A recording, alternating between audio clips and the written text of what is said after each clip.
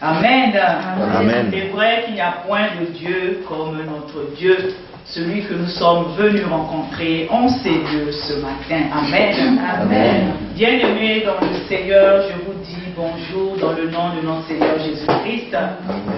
Et je vous dis aussi ma joie de vous retrouver ce matin et de pouvoir parler de la part de Dieu avec vous ce matin. Nous allons partager un texte bien-aimé, celui de Matthieu, Évangile de Matthieu au chapitre 12, versets 43 à 45. Matthieu chapitre 12, les versets 43 à 45. Merci au Seigneur pour le privilège de ce matin et aussi à l'homme de Dieu, le docteur Pasteur Henri, pour la programmation.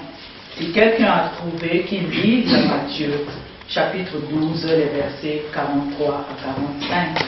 Matthieu 12, versets 43 à 45, il nous dit: Lorsqu'un esprit impur est sorti d'un homme, il va dans des endroits arides pour chercher du repos, et il n'en trouve pas. Alors il dit: Je retournerai dans ma maison d'où je suis sorti. À son arrivée, il la trouve vide, balayée et bien rangée. Alors il s'en va prendre avec lui 7 autres esprits plus mauvais que lui. Ils entrent dans la maison, s'y installent, et la dernière condition de cet homme est pire que la première. Il en ira de même pour cette génération mauvaise. Amen. Amen. Amen. Bien-aimé, le thème de notre message de ce matin, c'est ne pas perdre la grâce de Dieu. Ne pas perdre la grâce de Dieu. Le texte bien-aimé que nous venons de lire met en avant le Seigneur Jésus et une foule de personnes à laquelle il répond. Ce texte a pour titre, quelques versets plus haut, un miracle refusé.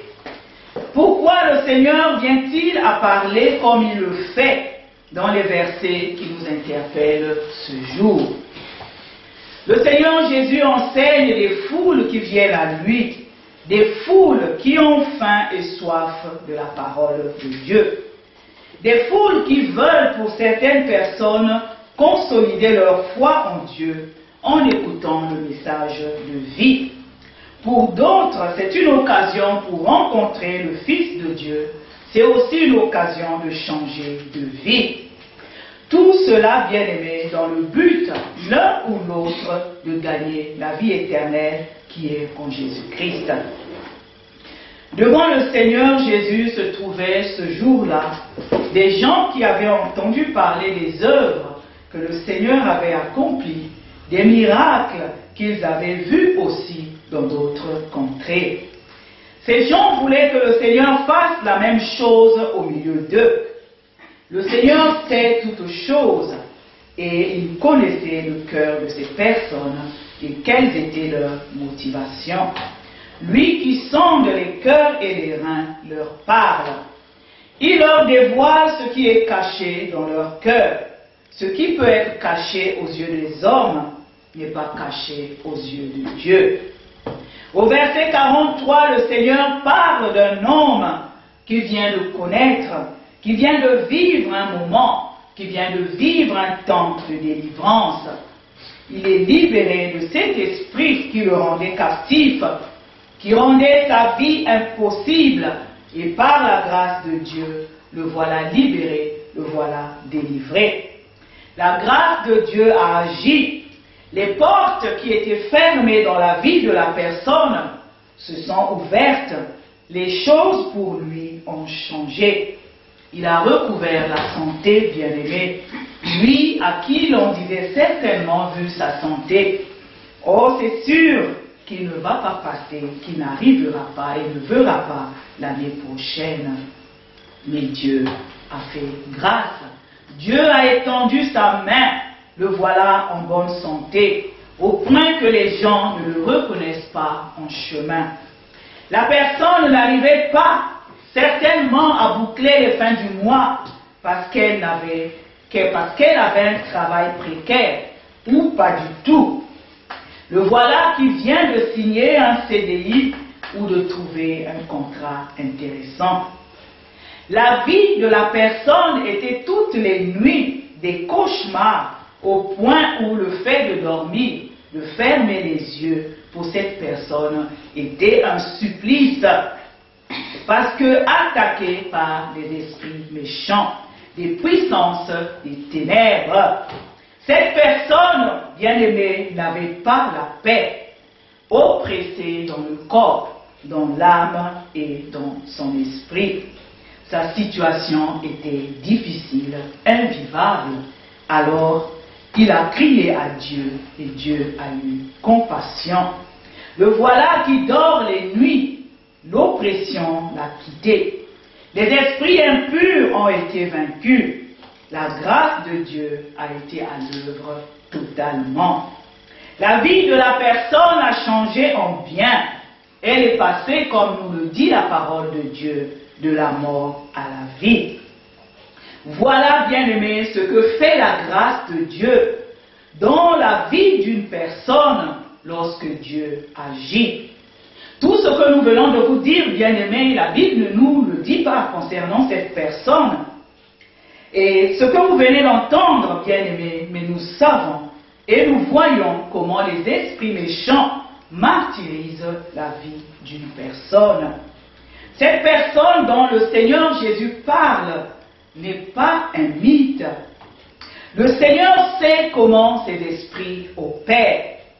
Certaines personnes, bien-aimées, ce matin, se sont certainement retrouvées dans tous les cas où ont vécu l'une ou l'autre des situations qui ont été énumérées, ou peut-être ont-elles toutes vécu. Le Seigneur Jésus a dit, mon Père agit et moi aussi j'agis. Et il le fait encore aujourd'hui sans relâche.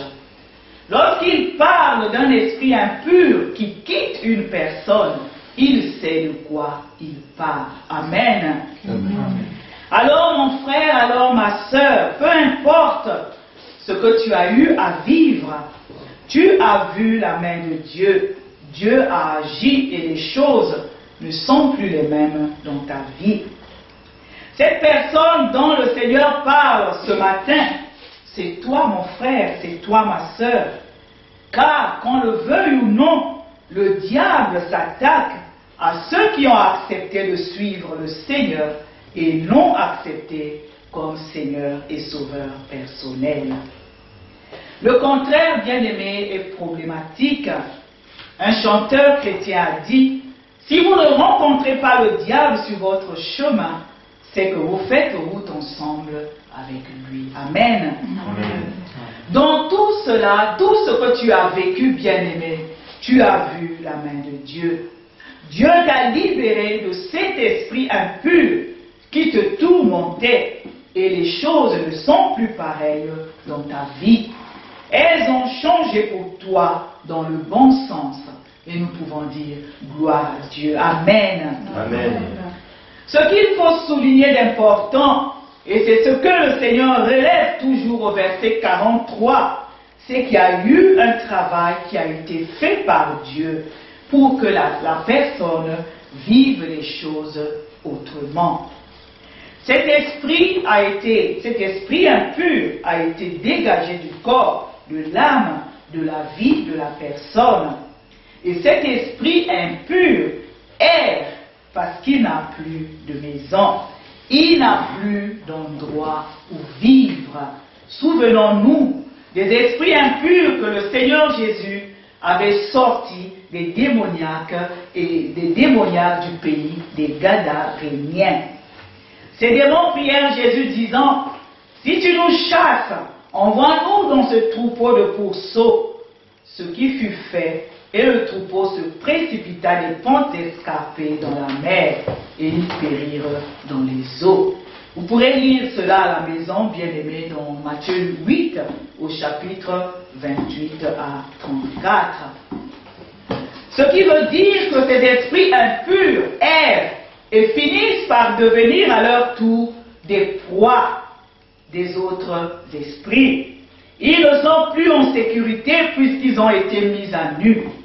Ils deviennent vulnérables dans le monde des ténèbres puisqu'ils ont été vaincus. Et nous ne pouvons que louer Dieu. Nous ne pouvons bénir que Dieu pour cela. Amen. Amen. Donc cet esprit impur chassé ne trouve pas de repos, car le corps, l'âme qui tourmentait ont été libérés.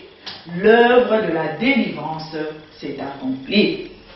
Bien-aimés dans le Seigneur, l'œuvre que Dieu accomplit dans la vie d'une personne est faite pour durer. Amen. Amen. Comme l'œuvre de la croix qui a été accomplie une fois pour toutes pour nous, pour notre salut, Dieu veut que ce qu'il fait pour ses enfants, dans la vie de ceux-là qui lui font confiance et qui lui obéissent, pérenne. Et cela doit être ainsi. Ce corps, cette âme, cette vie qui a été délivrée doit garder, doit conserver la sanctification. Bien-aimés frères, bien-aimées sœurs, qu'est-ce qui a été à l'origine de cette situation dans ta vie? Qu'est-ce qui a amené la présence d'un esprit impur? Peut-être que tu le sais par rapport aux actes que tu as eu à poser dans ta vie. Ou bien tout simplement, tu es une victime des actes posés par les ascendants dans ta famille. Ou encore, tout simplement victime des actes de certains amis. Dans tout cela, Dieu a agi. Il s'est glorifié et sa grâce s'est manifestée. Dieu veut et attend de ses enfants que ceux-ci gardent la sanctification avec lui, afin que ce qu'ils ont reçu de lui demeure. Dieu sait toutes choses. Voilà pourquoi il dit: veillez et priez, car votre adversaire, le diable, rôde comme un lion rugissant, cherchant qui dévorer. Cet esprit impur guette, tapis dans l'ombre, attendant un faux pas de la personne qui a été délivrée, un faux pas de la personne qui a été libérée.